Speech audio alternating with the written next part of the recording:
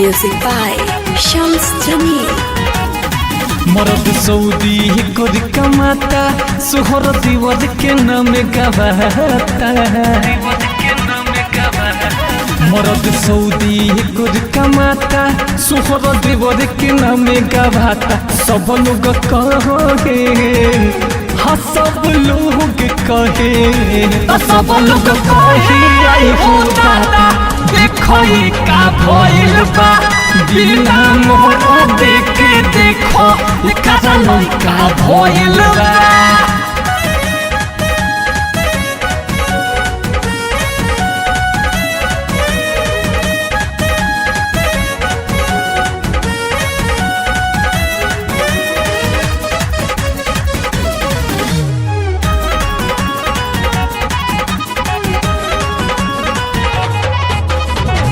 कहिए से चुपे छोड़ी खेला खेलत रहे गजबे अजब घटना भइल लोग कहे। कहिए से चुपे छोड़ी खेला खेलत रहे गजबे अजब घटना भइल लोग कहे। इज्जत दिहल से अपन गवाई कोई गोरा के लोगे सुताई। इज्जत दिहल से अपन गवाई कोई गोरा के लोगे सुताई। सास ससुर जी तो सास ससुर जी तो सास ससुर देखे देखो मुँह फीका भइल बा बिना मोर देखे देखो का लड़का भइल बा।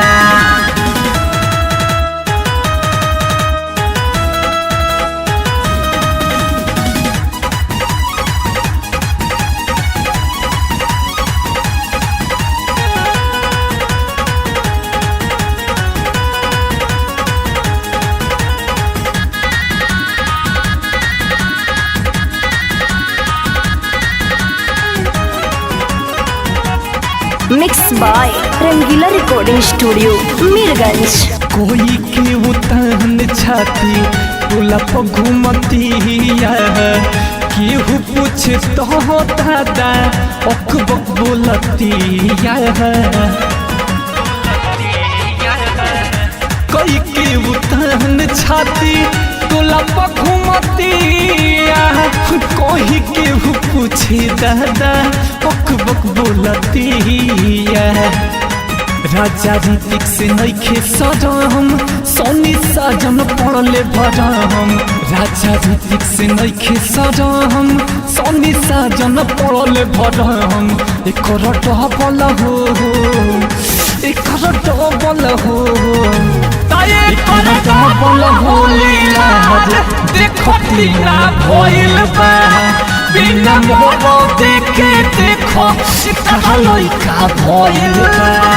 मरद सऊदी कर कमाता सोहर दीवर के नाम गवाता। मरद सऊदी कर कमाता सोहर दीवर के नाम गवाता।